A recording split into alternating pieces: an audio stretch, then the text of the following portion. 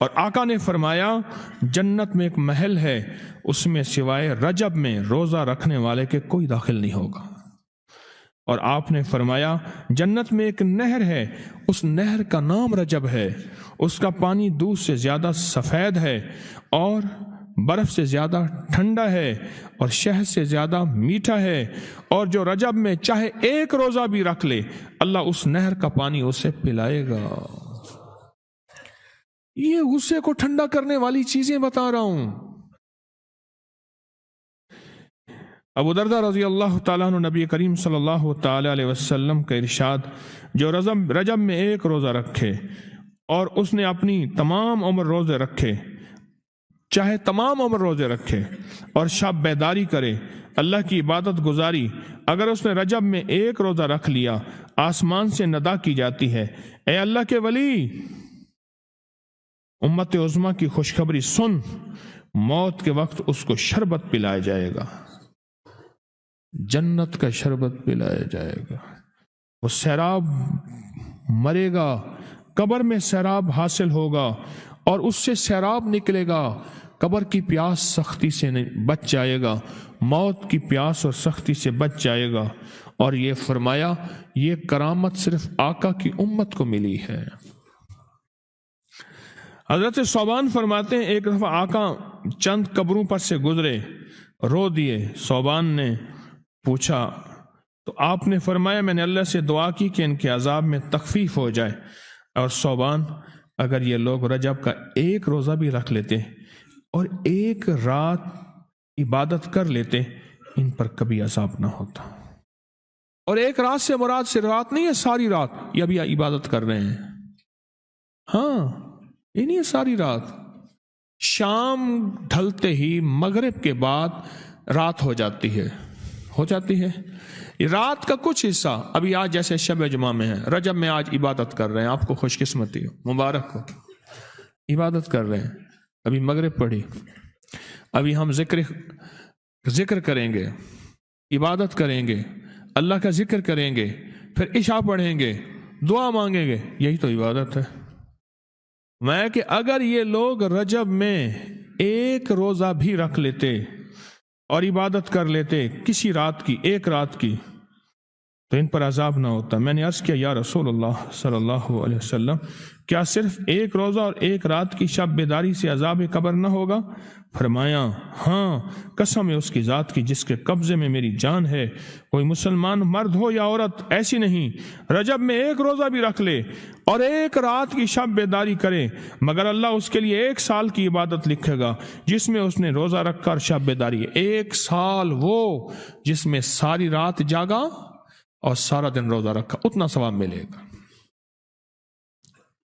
اور آپ نے فرمایا کہ اللہ کی طرف سے ایک منادی ندا کرتا ہے، اے رجب میں روزہ رکھنے والو، اللہ کی پناہ میں جنت میں داخل ہو جاؤ۔ اور ہاں فرمایا کہ قیامت ہوگی تو پکار مچے گی، رجب کے ماننے والے کہاں ہیں؟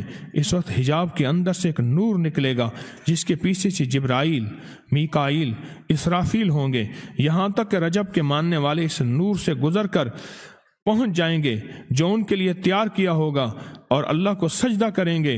اللہ پاک فرمائیں گے تم اپنا سر سجدے سے اٹھاؤ، یہ سب دنیا میں ادا ہو چکے ہیں، اب منازل عزت کی طرف چلو، اب منازل عزت کی طرف چلو، اب منازل عزت کی طرف چلو۔ اللہ اکبر۔ اور فرمایا مغفرت ہوتی ہے اور اللہ انبیاء کی توبہ قبول کرتا ہے۔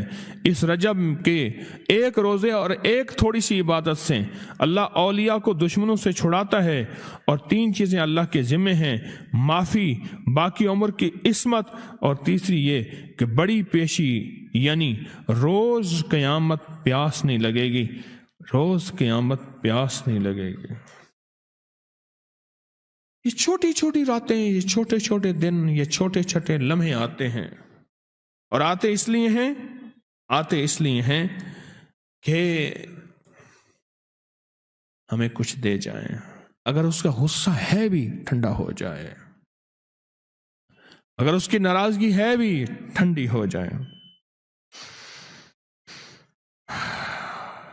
اللہ اکبر۔ فرمایا آپ فرماتے ہیں جبریل نے مجھے خبر دی ہے جب رجب کی پہلی رات ہوتی ہے اللہ ایک فرشتے کو حکم فرماتے ہیں اور وہ پکار کر کہتا ہے سن لو توبہ کے مہینے کا چاند نکل آیا۔ کس مہینے کا؟ اللہ اکبر۔ جبریل آواز دیتا ہے سن لو توبہ کے مہینے کا چاند نکل آیا، آ جاؤ اپنے لیے توبہ، امت کے لیے توبہ، اپنی نسلوں کے لیے توبہ، اپنی پچھلی نسلوں کے لیے توبہ، اپنے لیے، اپنے لمحوں، اپنی راتوں کے لیے توبہ، اپنے دن کے لیے ندامت اور توبہ۔ سن لو لوگو۔ جبریل کیا کہتے ہیں اور پکارتے ہیں کہ توبہ کے مہینے کا چاند نکل آیا۔ بس اس کے لیے بشارت ہے جو اس رجب کے مہینے میں استغفار کرتا ہے، اس کے لیے بشارت ہے جو رجب کے مہینے میں استغفار کرتا ہے۔ غصے کو ٹھنڈا کرنے والی یہ سعادتیں ہیں، اللہ کو ناراض کرنے سے دور کرنے والی یہ نعمتیں ہیں۔ عجیب بات بتاؤ، فرمایا جو شخص یہ چاہتا ہے، یہ غور سے سنیے گا، جو شخص یہ چاہتا ہے اللہ اس کی نسلوں کو معذوری اور مجبوری سے بچائے، معذور ہو جائے، کسی بھی چیز سے معذور ہو جائے اور مجبور ہو جائے۔ میں نے آپ کو اپنی مجبوری کا قصہ سنایا تھا، اس دن معذوری اللہ مجبوری سے بچائے کہ بے بس ہو جائے، مجبور ہو جائے۔ اور جو شخص یہ چاہتا ہے کہ اس کے ماتھے پہ نصیب اور بخت اور مقدر اتنا لکھا ہوا ہو انسان بھی پڑھ سکے، یہ میری خوشخبری یاد رکھیے گا، اتنا واضح ہو انسان بھی پڑھ سکے، بخت، نصیب، مقدر، عزت، دولت۔ اور تیسری، جو شخص یہ چاہتا ہے اس کی پیشانی کبھی سجدوں سے محروم نہ رہے اور فرشتے اس کی پیشانی سونگ کر بتا دیں کہ یہ وہ لوگ بندہ ہے جس کے سجدے واقعی تھے، تو فرمایا وہ کبھی بھی زندگی میں کسی ایسی اللہ کے دوست کی محفل کو تلاش کرے جو لازم شب جمعہ میں ہو۔ اور یہ وہ ہے، اللہ کا دوست میرا مرشد ہے، میں ان کا غلام ہوں، اپنی نہیں کہہ رہا۔ شب جمعہ، یہ شب جمعہ، جمعرات تسبیح خانے میں، اور پھر تسبیح خانے میں دعا ہوتی ہے، تھوڑی دیر کی یہ محفل ہوتی ہے۔ فرمایا آنے والے حضرات اور پوری دنیا میں اس میں شامل ہونے والے حضرات آن لائن، وہ اپنے بخت پیشانی پہ نصیب لکھواتے ہیں، سجدوں کی خوشبو بنواتے ہیں اور اللہ کے خزانوں سے پاتے ہیں۔ یہ وہ خوش قسمت ہیں جو شب جمعہ کا انتظار کرتے ہیں۔ کیا نصیب ہے، کیا مقدر ہے۔ آئے میں آپ کے خط کا ایک دوسرا حصہ بھی پڑھ کے سناتا ہوں، اور ہم ایسے ہی اللہ سے دوستی کریں۔ سنیں، ایک بار میں اور امی اپنی گندم کے کھیت خالی ہونے پر جو پیچھے بوٹی اور گھاس رہ جاتی اسے آگ لگا کے، کھیت تو خالی صاف کرنے کے لیے آگ لگائی، گندم کو نا کاٹ کے ایک چیزوں کو آگ لگا دیتے ہیں، یہی دانے صاف کر رہے۔ آگ گرمی کی وجہ سے اتنی جلدی پھیلنا شروع ہوئی کہ ہم دونوں ماں بیٹیاں گھبرا گئیں، آگ ان لوگوں تک نہ پہنچ جائے۔ ہم نے فوراً آگ کو واسطہ دینا شروع کر دیا، اے آگ تجھے حضرت ابراہیم کا واسطہ، جس طرح ان کو نمرود نے آگ میں ڈالا تھا اور ٹھنڈی ہو گئی تھی، اور بالکل اسی طرح ہم تجھے واسطہ دیتے ہیں اس اللہ کا جس کے ابراہیم پیغمبر ہیں، تو بھی ٹھنڈی ہو جا۔